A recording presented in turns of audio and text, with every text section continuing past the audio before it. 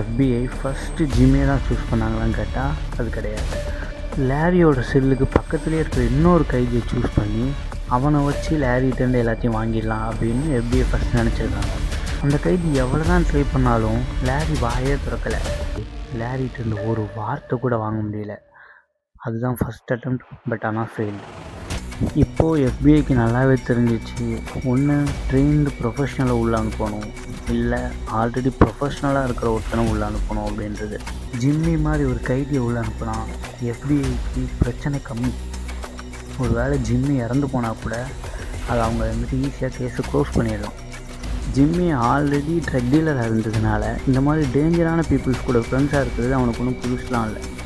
இந்த மாதிரி கிறுக்கணுங்களை எப்படி ஹேண்டில் பண்ணணுங்கிறது ஜிம்மிக்கு நல்லாவே தெரியும். டீல் என்னென்னா, ஜிம்மியை லேரி இருக்கிற ஒரு மேக்ஸிமம் செக்யூரிட்டி சைக்கோ பர்சன் அங்கே ட்ரான்ஸ்ஃபர் பண்ணிடுவாங்க.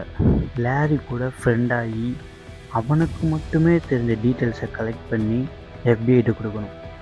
FBIட்ட கொடுத்தா ஜிம்மிக்கு ஃப்ரீடம் கிடைக்கும். இதுதான் டீல். ஜிம்மி யோசிச்சுட்டு ஃபஸ்ட்டு நோ சொல்லிடுறான். பட் FBI அந்த கேஸ் ஃபைலை ஜிம்மி கையிலே கொடுத்துட்டு போயிடுறாங்க. FBI போனதுக்கப்புறம் ஜிம்மி அந்த கேஸ் ஃபைலை ஓப்பன் பண்ணி பார்க்கும்போது ஃபஸ்ட்டு இருக்கிறது ஜெசிகா ரோச்சோட கேஸ். ஜிம்மி என்ன நினச்சான்னு தெரில, லேரிக்கு எப்படியாவது தண்டனை வாங்கி கொடுக்கணும்னு நினச்சாரோ என்னமோ அந்த கேஸை எடுத்துக்கிறேன்னு ஒத்துக்கிறாரு. ஜிம்மி தலையில் முதல்ல விழுந்த அடி. ஜிம்மி இந்த ஜெயிலுக்குள்ளே எந்த ஒரு ப்ரொடெக்ஷனோ, எந்த ஒரு வெப்பனோ, எந்த ஒரு வயருமே இல்லாமல் போனான்.